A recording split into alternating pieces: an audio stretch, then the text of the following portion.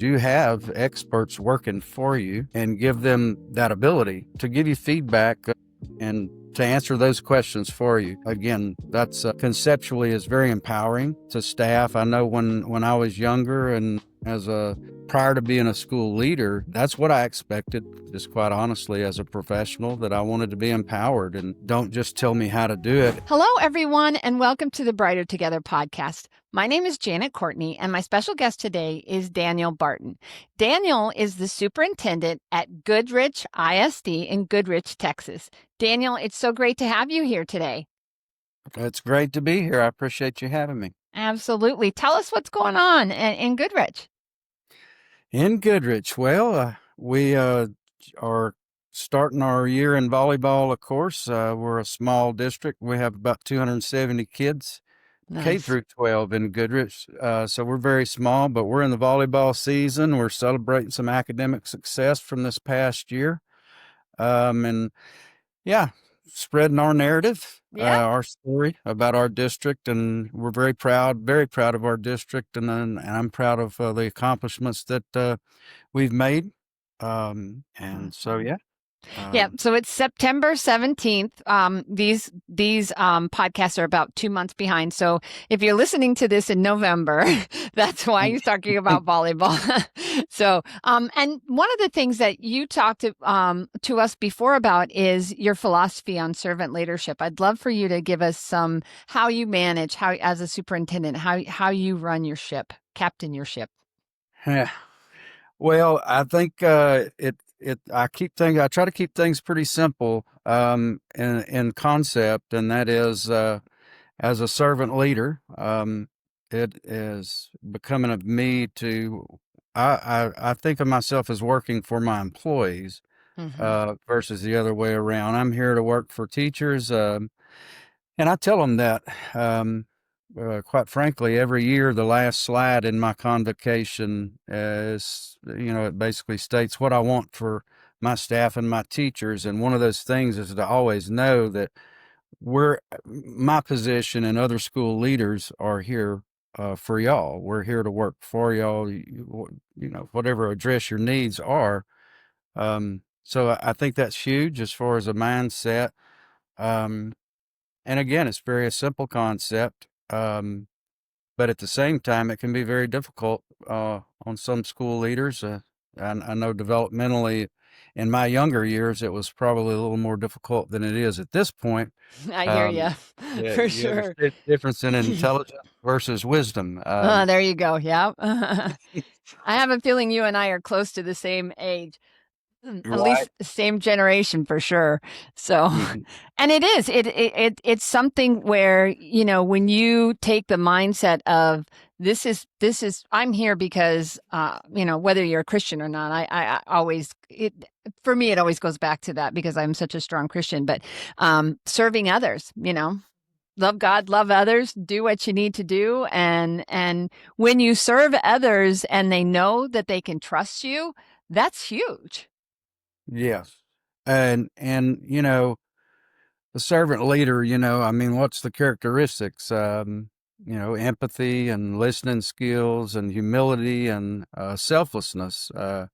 And to live that beyond to speak it as a leader is much more powerful. And for your people to watch you live and interact that way is much more powerful than any words that you can put out there. And yeah, I strongly believe that, and I believe my staff and the people that I've been fortunate enough to work around. Hopefully, they see that through my leadership. I would also say too, something that I think is worthy to bring up from a servant leadership perspective is that a servant leader knows that they don't have to have the answers to all the questions. I mean, at the end of the day, your vision should be to come up with a visionary question, and then you empower your employees to answer those. You have experts working for you, and give them that ability to give you feedback and to answer those questions for you. Again, that's conceptually is very empowering to staff. I know when I was younger and as a prior to being a school leader, that's what I expected, just quite honestly, as a professional, that I wanted to be empowered and don't just tell me how to do it. And the other thing about it, I think that's important to remember is that, this is 35 years I'm working on right now and 23 in school leadership. And so a lot of the same questions come up depending on what organization you're in. If you've been in previous organizations, or if you're going to develop your vision, your mission, your belief system collaboratively, as we work through those things, a lot of the answers we already have. We know what the end result will be, Mm-hmm. um, just from doing it practically in years past. But you don't cheat your employees by giving them the answer.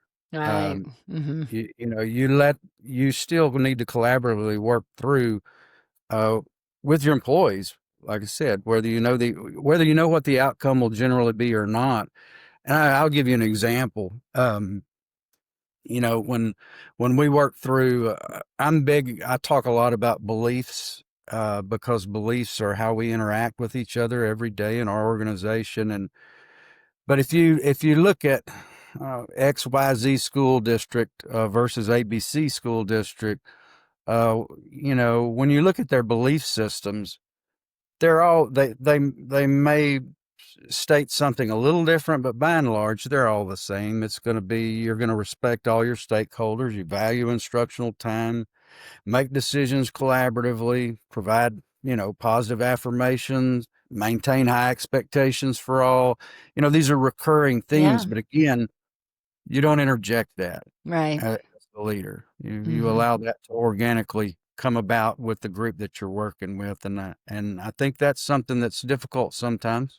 Mm-hmm. Um, that you really have to take pause and go. I know the answer, but yeah, don't reveal it. Yeah. Let them Close. figure it out. Keep your mouth. That would be Yeah, my hardest thing is just keeping yeah, my mouth shut and giving somebody else the opportunity to speak. Right. yeah. Absolutely. I think this podcast and being a host on it has helped me a lot because it just is. I don't want to interject. I have in the past. And for those of you that have listened, you've heard me when I should keep my mouth shut, but it's very true. It's so incredibly important. And there is power. There is power in the pause, right? Hmm, for certain. Yeah. Yeah. Yeah. So how did you develop a servant leader? I mean, is it something that from you said, we both said when we were younger, it was probably a little bit harder, but I mean, I've got 31 years, you've got 35 years. How did you get to this place? What was your journey? Well, I think the journey starts out with all of us at a younger age. We're hopefully intellectually talented a little bit, Right. but that doesn't generally lead to great leadership. Great leadership is not rooted in that at all, and it takes time. It just takes time and age and wisdom. Like I said, Mm-hmm. intelligence versus wisdom. Wisdom is much more powerful than intelligence, Mm-hmm. ultimately, at least in my opinion. Yeah. Uh, but it's years of watching other leaders, and when I was young, I will say I was successful as a leader. Uh, but as you get into the workforce and you're working around other professionals that are driven and those type things, your leadership successes at a young age uh, do not actually transfer automatically, I guess to say, because, Mm-hmm. what's the old saying that nobody cares what you know until they know that you want to listen, Mm-hmm. They know that you something of care, that right? sort. Yeah. Yeah, know Yeah. that you care or know that Mm-hmm. you listen. So, but yeah, I think the transformation has been a long journey. I'll say that Mm-hmm. for certain. But and mentorship, I have mentors. I speak to mentors because any success that I've had is certainly due to mentors and mentorship. And I've had some great ones and still have great ones. Um, that when you struggle as a leader, it is incumbent to reach out to a mentor and have that network to say, hey, and just be honest and transparent because we've Right. all been there. we've all been there. We've all spoke when we probably shouldn't have spoken and should have been listening. So it's not a unique issue that I've ever had. I mean, I've talked to people about leadership all the time, quite honestly, and because I think it's very, very important, obviously, Mm-hmm. uh, and it's important for our school leaders. Are you struggling to keep speech therapy fully staffed or tired of high turnover? You're not alone. At Lighthouse Therapy, our speech language pathologists are seasoned professionals, and most of them have over 16 years of school-based experience. They're not just qualified, they're consistent, relational, and results-driven. We offer 3 flexible delivery models: virtual therapy, hybrid therapy, and in-person therapy. It's speech therapy done right for you and your students. Learn more at lighthouse-therapy.com/brighter together. Yeah. Yeah. And it's important, I think, too, as we raise up this next generation, that they understand it, that, I mean, of course they're young, but understanding and empathy and, certainly this country after the death of Charlie Kirk, we need that so Uh, badly right now. It's such a tragedy. And yes. it's so fresh. It's only 7 days old because it's, like I said, it's only September 17th, but just knowing that, there, talk about a servant leader, right? And somebody who cared and wanted what was best for this Yeah. country, but just if we could get that, as we instill more of that into society, and as we've grown so much with technology and with things. How is that affecting you guys? I know that the law with the cell phones has, I'm sure, been an issue. I don't know how it affected you guys, but just instilling that in our children. Yeah, I mean, and I'll speak to technology, Mm-hmm. Sure. something that I always reflect on and have for quite some time now. Because when I was younger, I was a pretty techie guy. I think we were in the first real techie kind of generation, I Yeah. guess to say.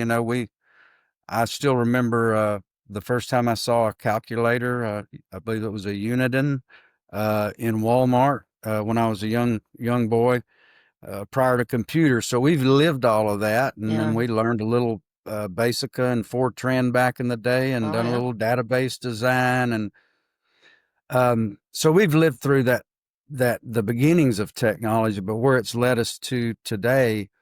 But something that I always remind people too is the face-to-face communication and the importance of face-to-face Mm-hmm. communication. Um, and even if you're in a Zoom meeting or online, turn your camera on. Yeah. Uh, Mm-hmm. turn your camera on. It's 100%. because that face-to-face interaction surely is much more important, and it's more important to people, and it's more enduring. So like when we got on this while ago, right before we started the podcast, how did we start the conversation? The conversation wasn't professional in nature. It Mm-mm. was about your family, about my what's going on in my Yeah. world, Mm-hmm. and you miss those things when you rely on technology for communication. Yeah. And 1000%. um, I remember when I was a principal, I remember struggling with it. Didn't matter how much communication I tried to put out, I would always get back in a survey or something. You need to be a better communicator. And it was very, very frustrating. And it's like, I put it in the newsletter, I email it, I've, I've hung it up, I've put it on announcements, I've done all of these things. And then eventually come to the realization, yeah, technology wasn't the answer. Mm-hmm. It's the face-to-face communication. So And I think it's really important to go back to that and understand that. And, it's a journey that we take as human beings. And I love the fact that you talk about that interpersonal interaction that we have. Because one of the things as a podcast host is just like you want any other interaction, you want people to be comfortable. You want people y- to be able to feel like they can have a conversation with you, and trust. There is a piece of trust that has to happen. And if you don't have that trust, then it's really hard to have an open and honest dialogue about the things that are happening and about whatever it is that we want to talk about, right? Mm-hmm. So establishing that rapport and establishing trust with, even for the short amount that we're together, it's really important. But when you talk about servant leadership and what you've been talking about, that trust is crucial. Yes, for certain. Yeah. Yeah. So, so you have all of this. How is your school doing? How do you feel like, obviously you have developed a team that is cohesive. So what would you say is your biggest challenge today? I think our biggest challenge is to continue the path. I know some of our struggles are the same as any others in the school business in Goodrich, and something that I'll start and speak to I have a great school board. They're amazing, Nice. and great school districts begin with great school boards. There are no great school districts that don't have great school boards. If they have a good school board, then you will end up with a good school. You won't ever be great. So we definitely have a great school board that has led the district forward and been supportive. But some of our biggest challenges from the beginning were, teacher attainment and retention of those teachers.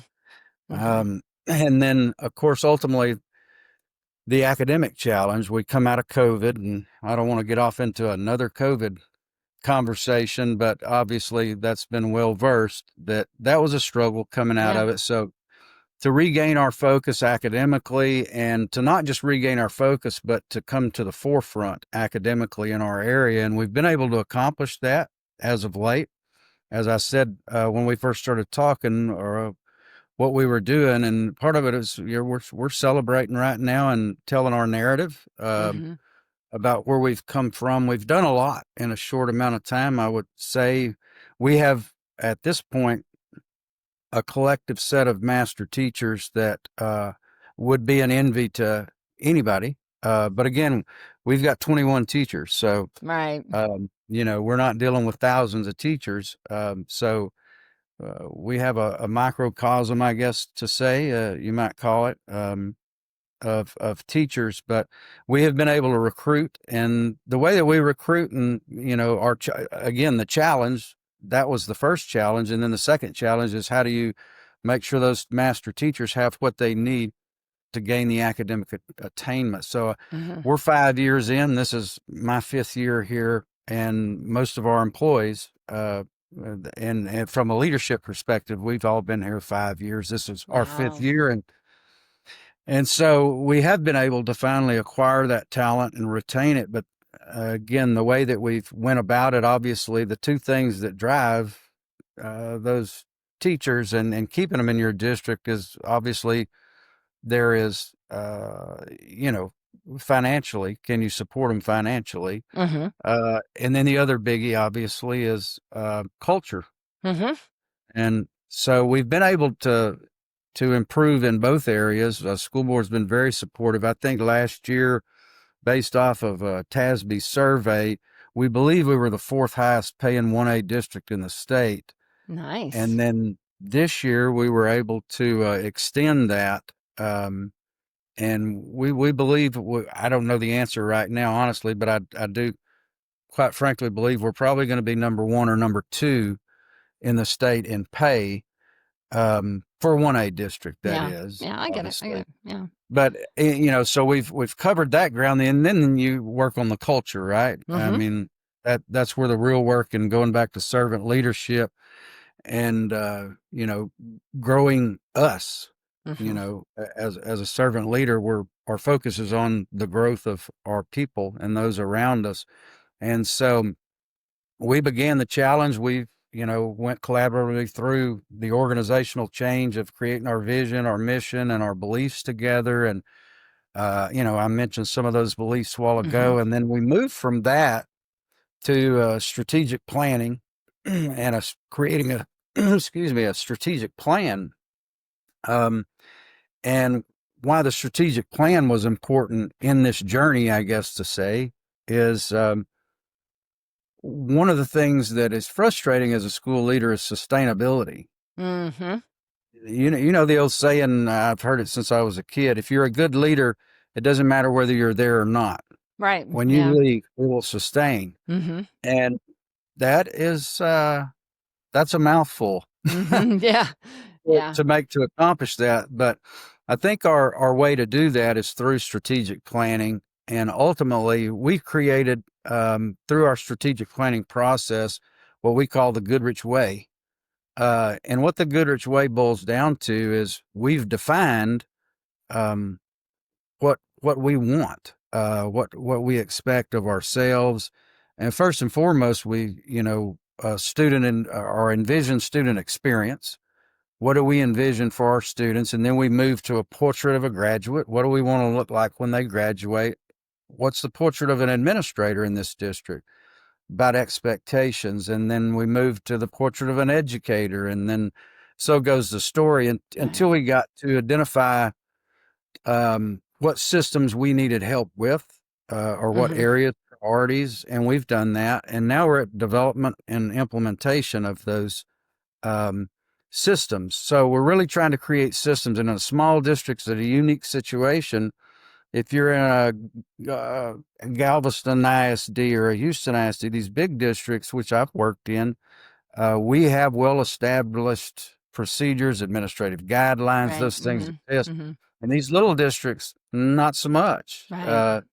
So we're going to build that out, Mm-hmm. and that's where the sustainability. What we're trying to get to is sustainability, I guess to say. So you asked me a little short question, and I gave you No, I a love it. Well, and I think we've talked about servant leadership, but I think you brought up something that you also have, which is a vision as a leader. You have very clear vision for your team and where you want them to go, and have given them the opportunity to get there, but also guide. I think I see you guiding them but you have a culture of support and a culture of people that want to be there. And you talked about you've attained them and you've equipped them, and now they don't want to go because they love what you're doing. You've established that culture, and it's a beautiful thing. And obviously it's going to show, because you're talking about the retention that you have. I bet you're blowing those numbers out of the water when you compare to other districts,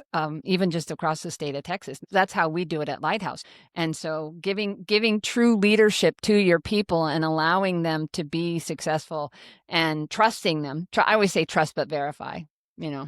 So, yeah. Yeah. So True. awesome.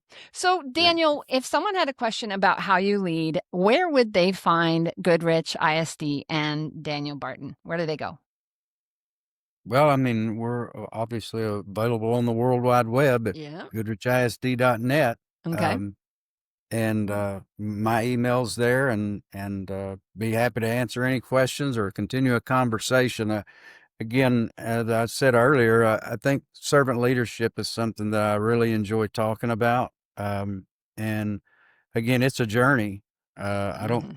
Some people, I'm sure, were born servant leaders, and then there were the rest of us. You can't have that perspective. It can't just happen right now. You have to make sure everybody's on the ship with you. Right. Um, Oh yeah.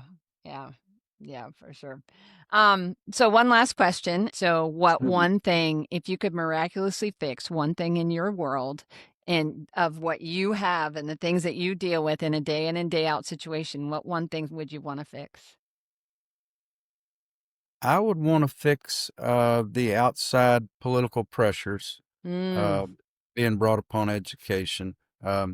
No matter which side of the political agenda that a person's on or whatever party affiliation, um, you know, I I want my educators to be treated as public servants. That's what they are. mm-hmm. And if you choose to be a public servant, be it a police officer, a fireman, a teacher, um, you're a special person and you should be treated that way and given consideration. And I understand that every public servant is not perfect, and some of them possibly the complete opposite, but they're the minority. Right. And Right. what I want for my teachers is, and educators, I would love for that challenge to go away, because we are trying to share our narrative, but it's very difficult when political figures get involved in trying to control your narrative. And